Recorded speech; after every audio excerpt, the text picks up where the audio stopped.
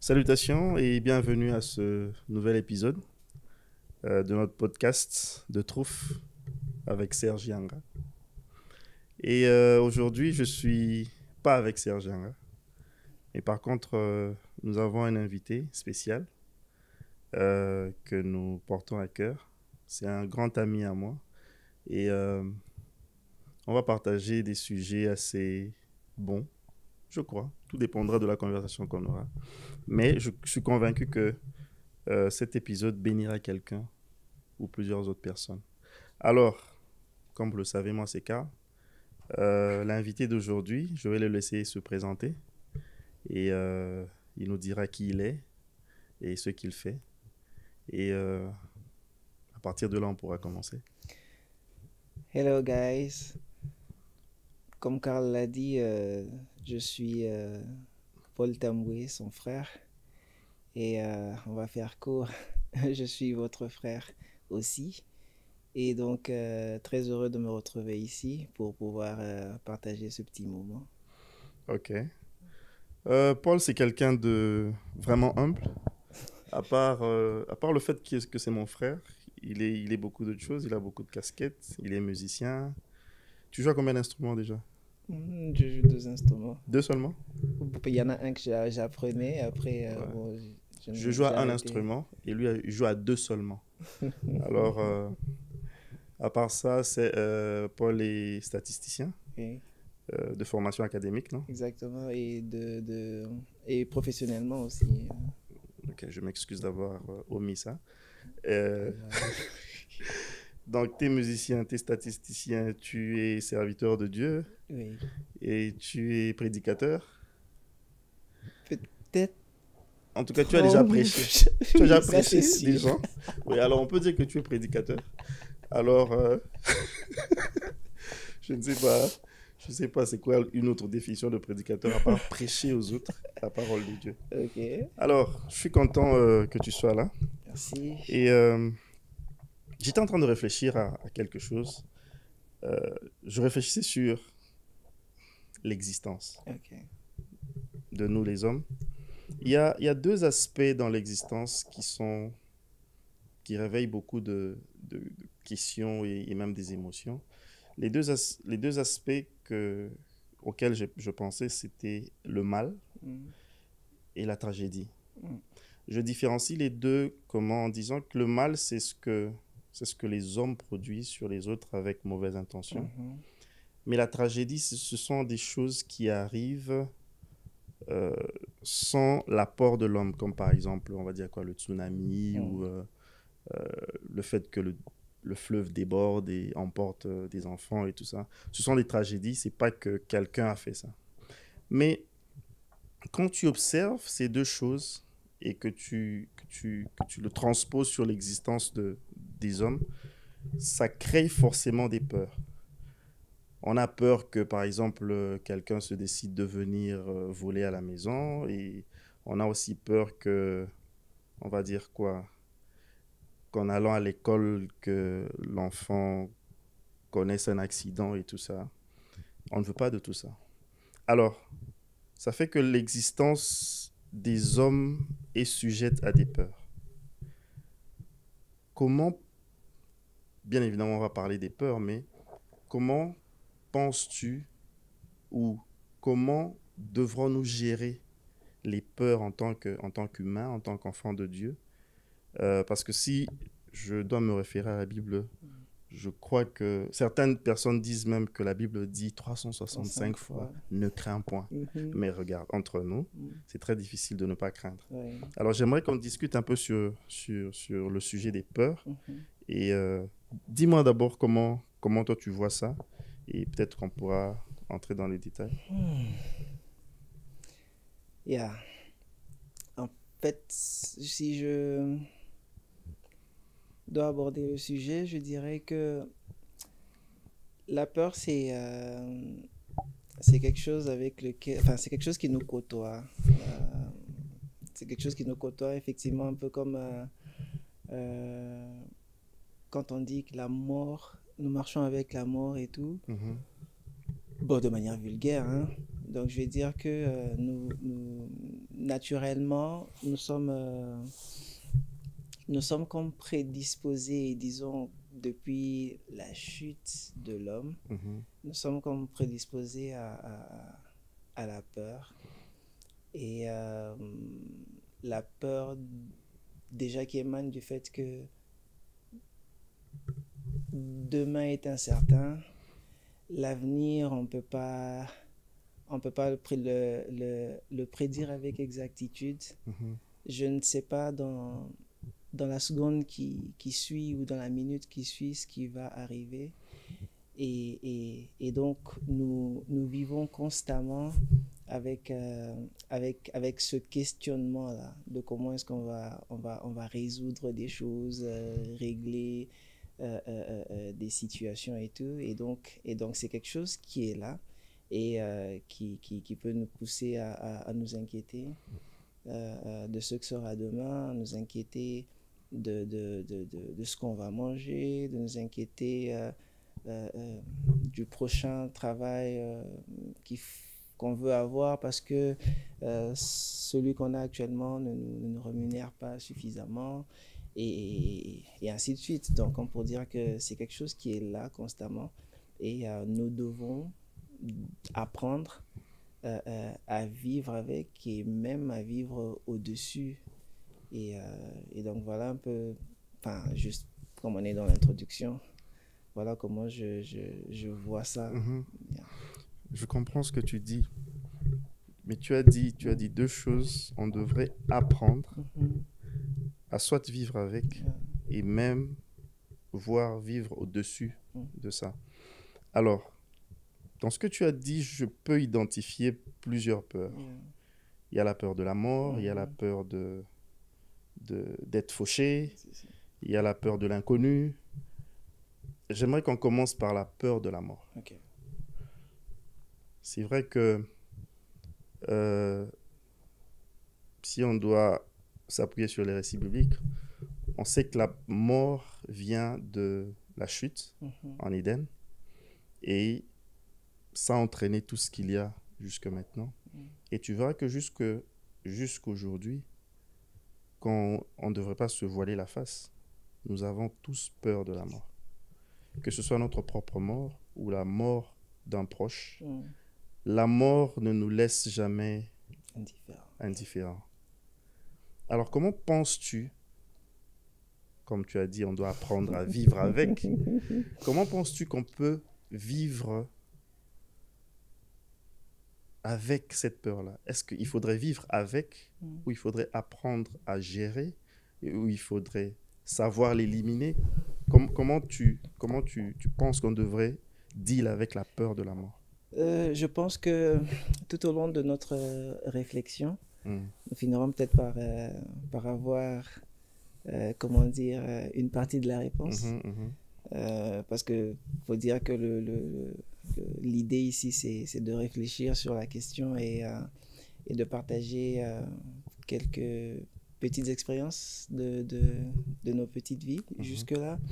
Et donc voilà, ce qui est vrai, comme tu l'as dit, la mort fait peur. Rien que de dire la mort, je me rappelle même aujourd'hui, il n'y a pas longtemps, j'étais en train de parler avec un collègue qui a juste sorti une blague comme ça. Quand je vais mourir, tu vas beaucoup. J'imagine comment tu vas me pleurer. J'ai dit, mais pourquoi tu parles de ta mort? Et donc, c'est un sujet qui réveille quelque chose en nous à l'intérieur. Mais on ne peut pas échapper à cela. On ne peut pas échapper à cela. Moi, je me dis, déjà, il faudrait que nous puissions être conscients du fait qu'un jour, nous allons mourir. Et j'ai l'habitude de dire que la mort, c'est un détail pour dire que il suffit d'une toute petite erreur pour causer la mort. Et ça peut être une erreur avec la gestion de l'électricité, ça peut être une erreur, quelqu'un était en train de conduire et puis il y a eu un petit moment d'inattention et ça cause un accident et on meurt. Et je me rappelle d'ailleurs, aujourd'hui même, j'étais juste en train de traverser la rue et j'ai pas fait attention à un véhicule qui faisait marche arrière parce que j'étais concentré de l'autre côté de la rue pour regarder les véhicules qui montaient et je me suis juste retrouvé, le véhicule était déjà sur moi. Heureusement qu'il ne roulait pas à vive allure et donc j'ai eu le temps de m'écarter, mais il m'avait quand même touché déjà. Et donc il suffisait juste qu'il accélère un peu, que la vitesse soit beaucoup plus que la normale pour qu'on entende... Pour qu'on n'aille même pas cet épisode. Exactement. Et donc, plus on évolue, on se rend compte que il faudrait que nous puissions vivre avec cette conscience que nous allons mourir. Et le fait de vivre avec la conscience qu'un jour on va partir, nous met dans une situation, dans un état où nous savons mieux profiter de la vie. Okay. Je sais que il y a deux situations ici. C'est qu'il y en a qui se disent de toutes les façons je vais mourir, alors ils prennent beaucoup plus de risques. Ils essaient de vivre la vie à 100 000 à l'heure. Question de jouir de tout ce qui est possible d'expérimenter sur la Terre. Et pour d'autres, c'est de vivre de manière efficace, c'est-à-dire accomplir ce pourquoi je suis né, réaliser ce pourquoi j'existe, encore qu'il faut déjà au départ trouver la raison de son existence. Et donc, et par là, je te laisse développer. Ça va nous permettre d'avoir beaucoup plus d'éléments. Oui.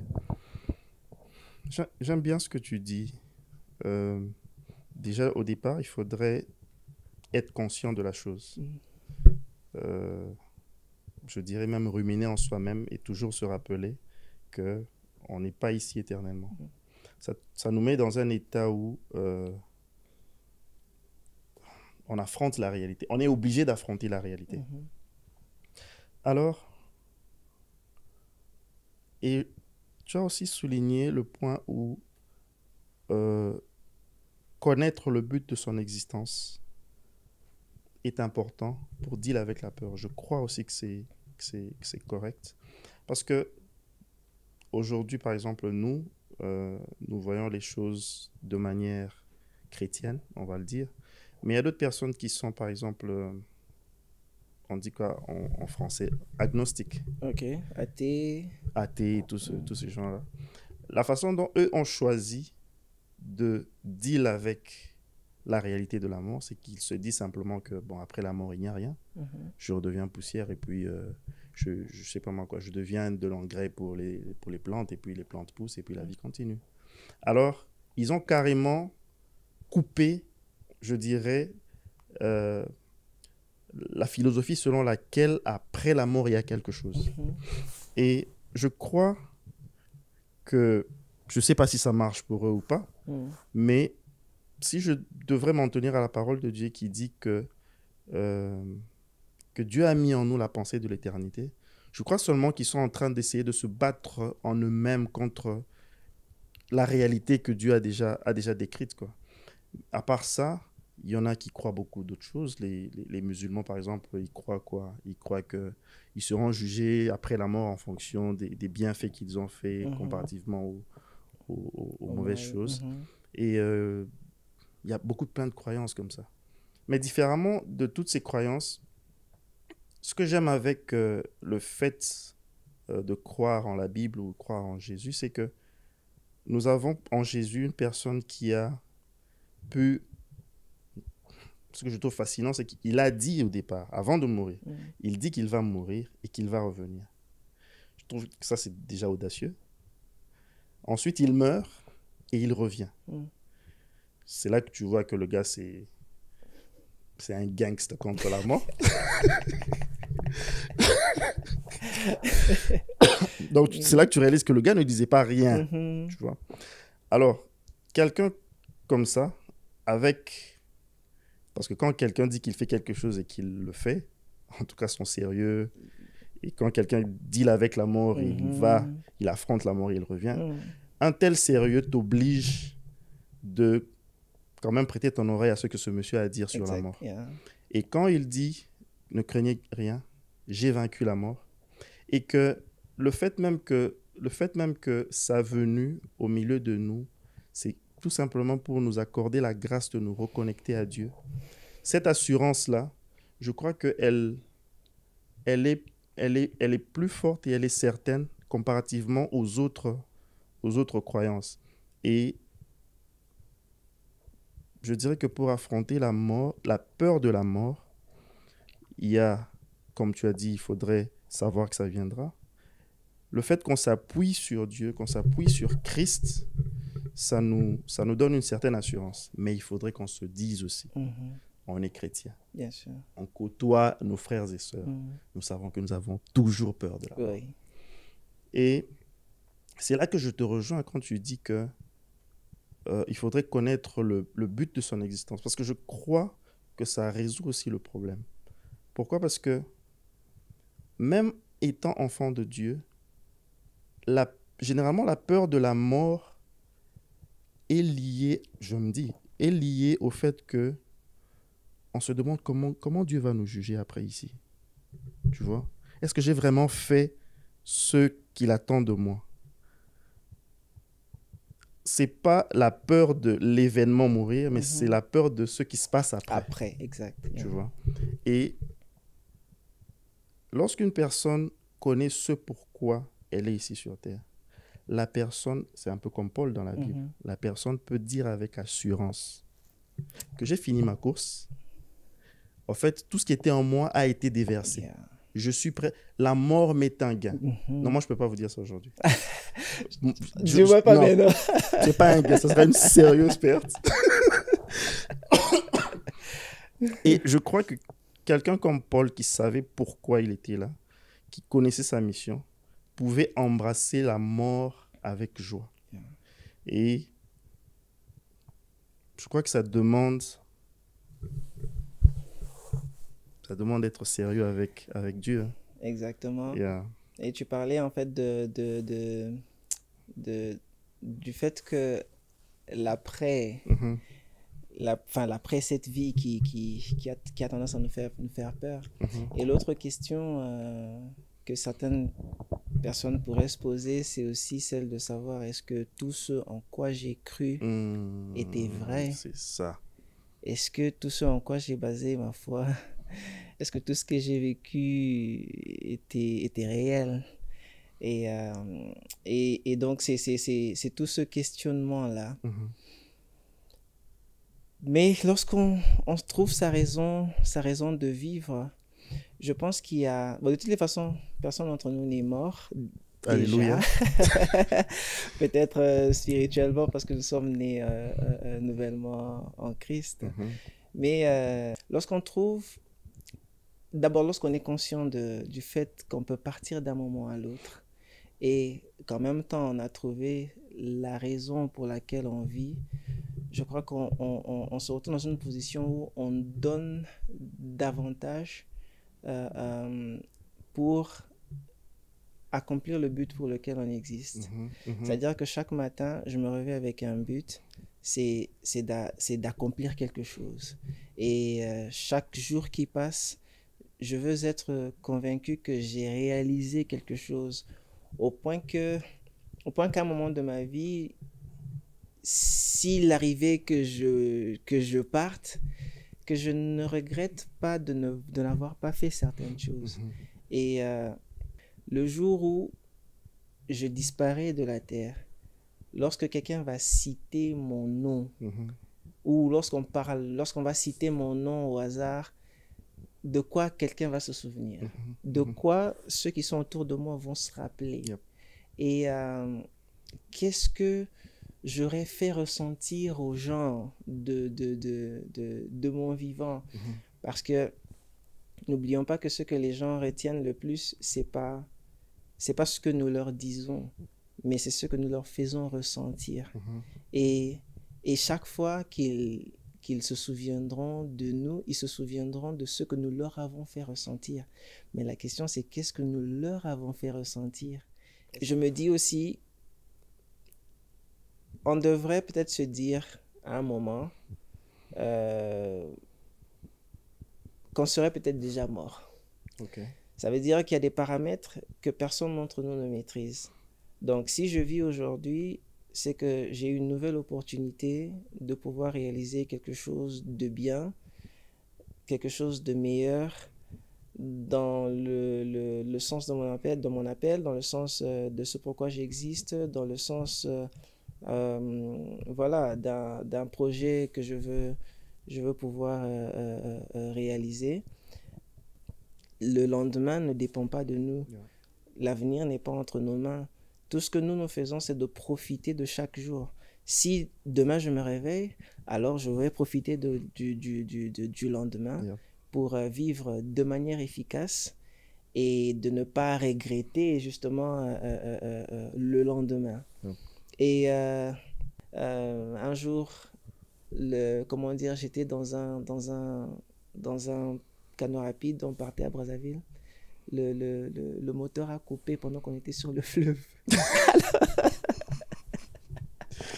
Alors peut-être que je serais parti, mais si je tiens encore aujourd'hui, ça veut dire que j'ai cette opportunité de pouvoir réaliser des choses. Et ça me met dans une situation, je sais que je peux mourir n'importe quand. Alors, puisque je peux mourir n'importe quand, je dois profiter de la vie chaque jour que Dieu me donne à faire ce qui est bien, à faire ce que je dois faire, de manière à ce que le jour où je pars, je n'ai pas à regretter du temps que j'ai passé sur la terre. Dans ce que tu as dit, j'aimerais ressortir 2 choses qui m'ont captivé. La réalisation que tous nous mourrons impose que on se remet en question sur ce qu'on a cru durant la vie.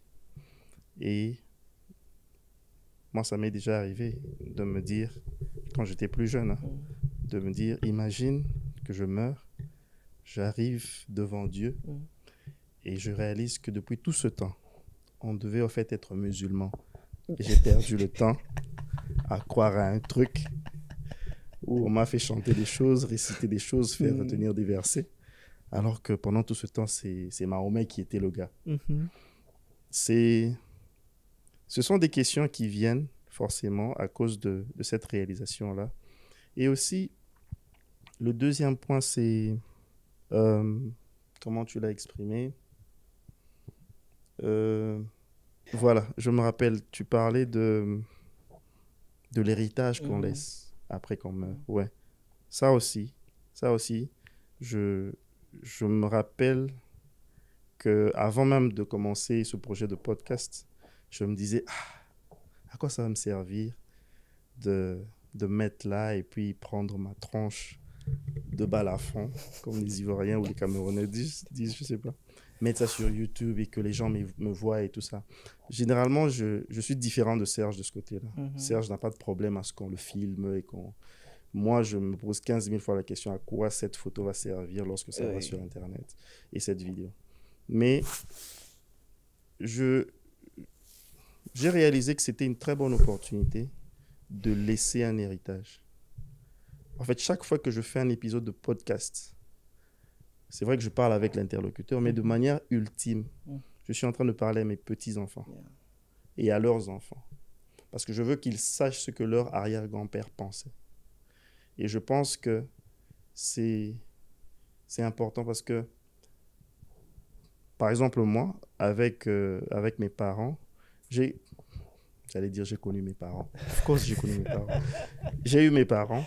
Mais mes grands-parents avant moi, j'ai pas beaucoup appris d'eux. Mon grand-père paternel, par exemple, je l'ai vu, il est venu à la maison une fois, on a passé un peu de temps avec lui. Tout ce que je retiens du geste qu'il a posé envers moi, c'est qu'il m'avait donné sa veste. Ok.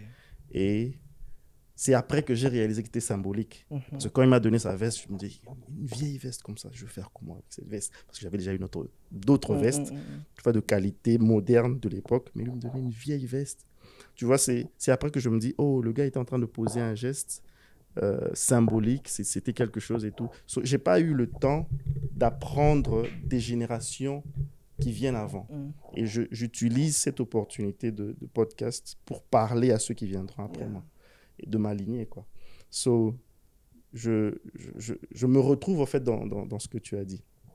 Alors, essayons de quitter le sujet de peur de la mort, parce qu'on ne veut pas effrayer les gens, on veut juste les rassurer. Il y a la peur de la mort, il y a la peur de quoi, par exemple? Quelle autre peur penses-tu qui ronge l'humanité? La peur d'échouer. La peur d'échouer, ouais. Ça, c'est pas faux. Ça, c'est pas faux. Parle-moi un peu de ça, ton expérience, comment tu as vécu ça? Est-ce que tu as déjà échoué? Parce que vous, les gens intelligents, on ne sait pas quand est-ce que vous échouez. Et quand vous échouez, vous ne montrez pas.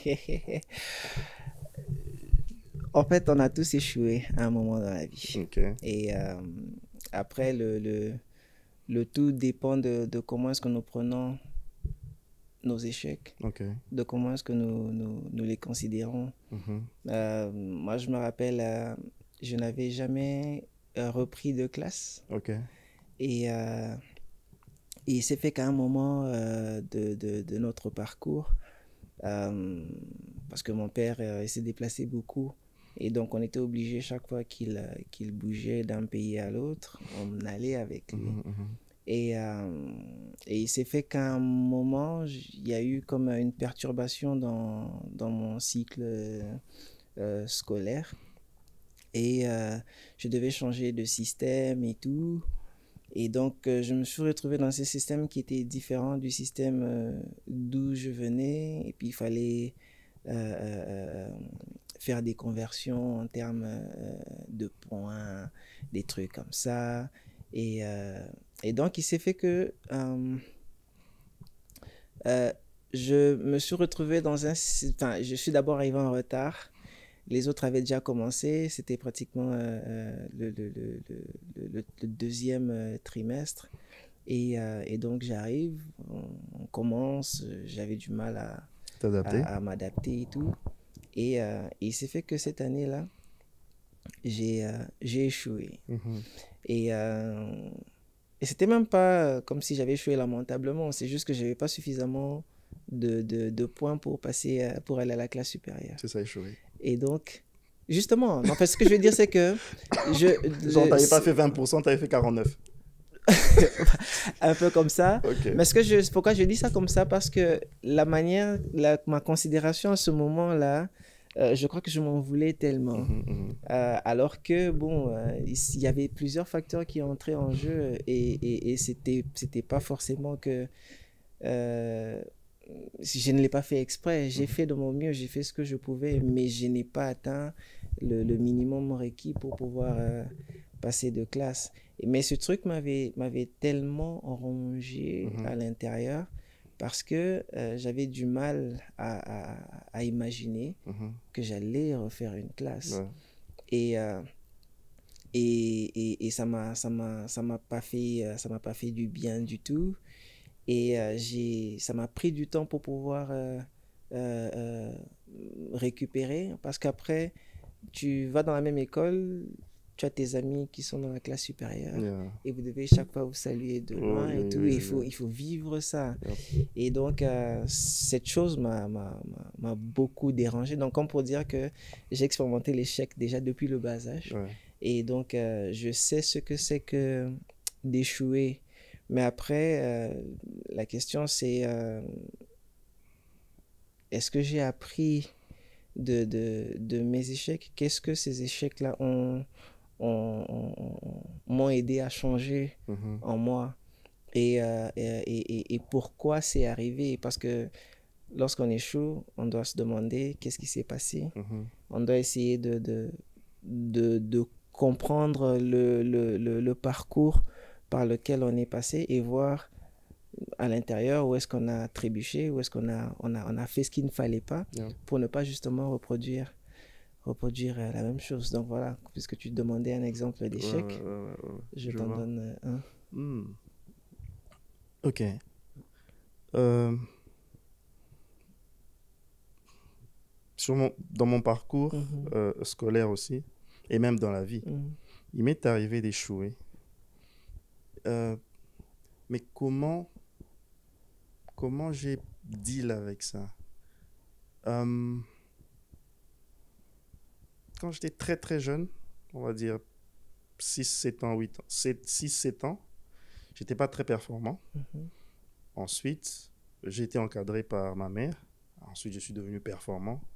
Ma mère n'avait plus besoin de m'enseigner. J'étais tellement performant que, arrivé à un niveau, on va dire en 2e secondaire, j'ai réalisé que est-ce que la vie consiste seulement à réussir les tests et les interros et tout? Je me suis dit, ok, je sais que je suis intelligent, je vais me débrouiller pour ne pas être en deçà de 65. Je sais que les parents vont pas trop parler, mais s'ils parlent trop, ils vont simplement me rappeler que tu es intelligent, tu peux faire 85. Je réduis mes points, je me concentre aussi sur autre chose. Et en faisant ça, en montant de classe, je commençais à devenir un élève assez standard. Mais maintenant, arrivé à l'université, j'ai essayé de continuer avec la même logique. C'est là que l'université a commencé à me redresser. C'est là que j'ai commencé à échouer. Et la différence là où j'étais, c'est que tu n'échoues pas l'année, ce qui soulageait. Tu échoues le cours, tu reprends le cours. Alors, quand tu échoues le cours, tu peux appeler les parents, leur dire que je suis passé de classe. C'est seulement que je dois reprendre. Exact. Tu vois. Alors, il y a un cours qui m'a mis sur mes genoux, électronique. Électronique 1. Alors, selon ma filière, je devais faire électronique 1, électronique 2. Électronique 3 était facultatif.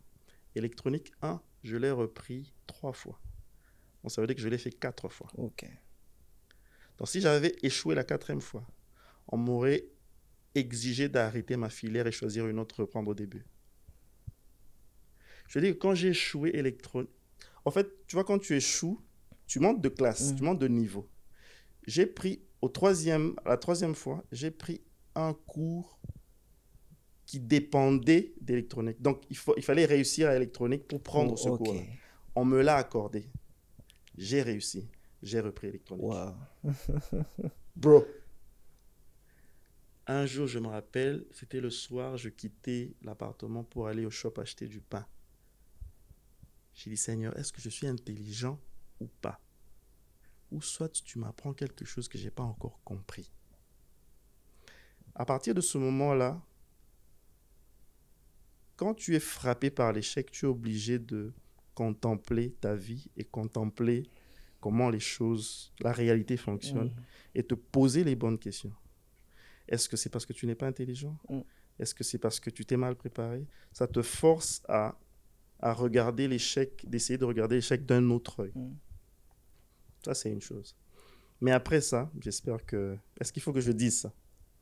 Est-ce qu'il faut que je dise ça? Tu peux le dire, hein? On ne sait jamais. J'ai échoué à quelque chose de très, on va dire quoi, émotionnel dans la vie.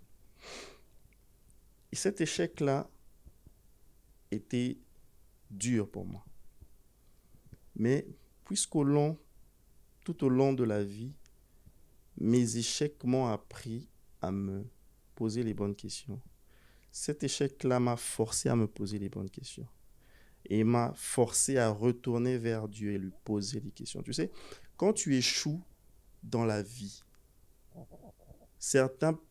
il arrive que certains tombent dans le piège de s'énerver contre Dieu. Et commencer à dire à Dieu, pourquoi moi? Pourquoi ça? Pourquoi pas les autres? Et j'ai appris déjà tôt que c'est une forme d'orgueil de dire ces choses à Dieu. Parce que quand tu regardes comment Job a Mhm. deal avec Sa douleur. les tragédies Yeah. de sa vie. Il est retourné vers Dieu et il avait à peu près le même langage. Mhm. Mais lorsque Dieu lui répond, Dieu ne répond à aucune de ses Mhm. questions. Dieu lui dit, tu étais où quand j'ai formé les cieux et la terre? Quand j'ai fait que le cheval soit insensé et Mhm. que tel autre animal soit intelligent, tu étais où? Bon, explique-moi ça avant que je te réponde. Tu vois? So, les pensées de Dieu et les voies de Dieu sont au-delà des nôtres. Ce qui fait que on ne devrait pas tomber dans l'orgueil de remettre Dieu en question, mais il faudrait plutôt se poser les bonnes questions et trouver trouver par quel angle observer l'échec par lequel on traverse. Je crois que c'est plus, ça permet de mieux deal avec la chose, Mhm. quoi, ouais. Et d'ailleurs, ça nous fait beaucoup plus de mal que de chercher forcément à responsabiliser, euh, à se déresponsabiliser. Mhm. Je ne sais pas si c'est bon français. Je vois ce que tu dis. Voilà. Donc, parce que nous avons tendance à chercher qui est responsable de ce qui Mhm. nous arrive, Mhm. parce que nous ne voulons pas porter ça. Yep. Et c'est justement de là qu'émane l'orgueil, parce que nous n'avons pas simplement l'humilité de réaliser que, bon, c'est arrivé, peut-être parce qu'il y a quelque chose que nous n'avons pas bien fait. Mhm. Et puis, tu as dit un truc sur Job. Mais il y a quelque chose que j'aime bien dans le livre de Job, c'est que la Bible dit que Job, dans tout ça, Job n'a pas péché contre Mhm. Dieu. Mhm. Mhm. Mhm. C'est-à-dire qu'à un moment, nous devons faire attention de tomber dans le piège ou de nous laisser diriger par des pensées qui vont nous emmener jusqu'à pécher contre Dieu. Mhm. Et il arrive même parfois, les situations nous frustrent tellement dans la vie et on va vers Dieu où on se pose juste des questions et puis on se dit, est-ce que Dieu m'aime vraiment? Yeah. Je me rappelle, je parlais avec quelqu'un qui a dit, est-ce que je me demande si Dieu aime vraiment le Congo? Et, euh, et c'est choquant. Mais le truc, c'est que bon, il y a une réalité qu'il est en train d'expérimenter. Et il se Ouais. demande, est-ce que vraiment? Et, et un jour, je parlais avec une de mes cousines, elle est aujourd'hui américaine. Elle me dit, mais si Dieu aime vraiment, nous aime vraiment, pourquoi est-ce qu'on vit tout ce qu'on vit Mhm. aujourd'hui et tout? Mhm. Je lui ai dit, le problème, c'est Dieu a déjà résolu le problème. Nous a donné la solution, mais le problème, c'est qu'en tant qu'humains, nous ne voulons pas appliquer les solutions de Dieu. Mhm. Elle me dit, mais comment? Je lui ai dit, regarde, les hommes s'entretuent sur la terre. Mais si les hommes s'aimaient, on ne s'entretuerait pas. Mhm. Euh, on a des pays qui sont beaucoup plus riches que les autres. Peut-être que si on répartissait mieux les richesses, on n'aurait pas de pauvres sur la terre. Et tout le monde le sait, mais personne ne va l'appliquer Mhm. parce que chacun regarde ses intérêts. Mhm. Donc on est chaque fois dans une forme d'égoïsme. Bon, c'est un sujet qu'on pourra développer plus tard. Mhm. Mais tout ça pour dire que nous cherchons parfois la réponse au mauvais endroit ou de la mauvaise manière. Mhm. Et nous devons juste apprendre à être humble. Je sais que c'est pas facile, c'est facile à dire Mhm. qu'à faire. Parce que lorsqu'on est devant une situation difficile, le nombre de mauvaises pensées qui peuvent traverser la tête, oh God. Yeah. On va pas, comment dire, peut-être qu'on aura le temps de développer davantage sur ce sujet. Mais voilà quoi. Donc nous devons chaque fois nous rappeler en tant qu'être humain que Dieu est bon. Il reste au bon en tout temps. Yeah. Et que voilà, ses bontés sont inépuisables. Si quelque chose arrive, allons-y vers lui pour trouver les bonnes réponses. Ah, ok. Je crois qu'on va chuter à partir d'ici. J'ai beaucoup aimé notre conversation. Principalement, on a développé sur la peur de la mort et la peur de l'échec. Euh, J'espère qu'on va encore se revoir Yeah, bien sûr. pour parler des autres peurs. Mais j'ai beaucoup aimé, j'ai beaucoup appris. Moi aussi. Et j'aimerais dire à l'audience qui nous suit que nous sommes tous humains, nous traversons tous les mêmes réalités, mais peut-être pas de la même manière. Et j'aimerais encourager les personnes qui traversent des moments de peur qu'il y en a un qui est au-dessus de tout et qui est capable de conduire nos vies de telle manière que nous aurons à traverser même ces peurs. Nous n'aurons pas besoin de les éviter ni de les fuir, mais par sa présence seulement dans nos vies, nous serons capables de traverser ces peurs et nous retrouver de l'autre côté en toute assurance. Yeah. C'était vraiment enrichissant de parler avec toi, Paul. C'était enrichissant pour moi aussi. Merci beaucoup. Et on va clôturer par ici. Okay. Et on va dire au revoir. Au revoir à vous. À tout le monde. Bye bye. Bye bye.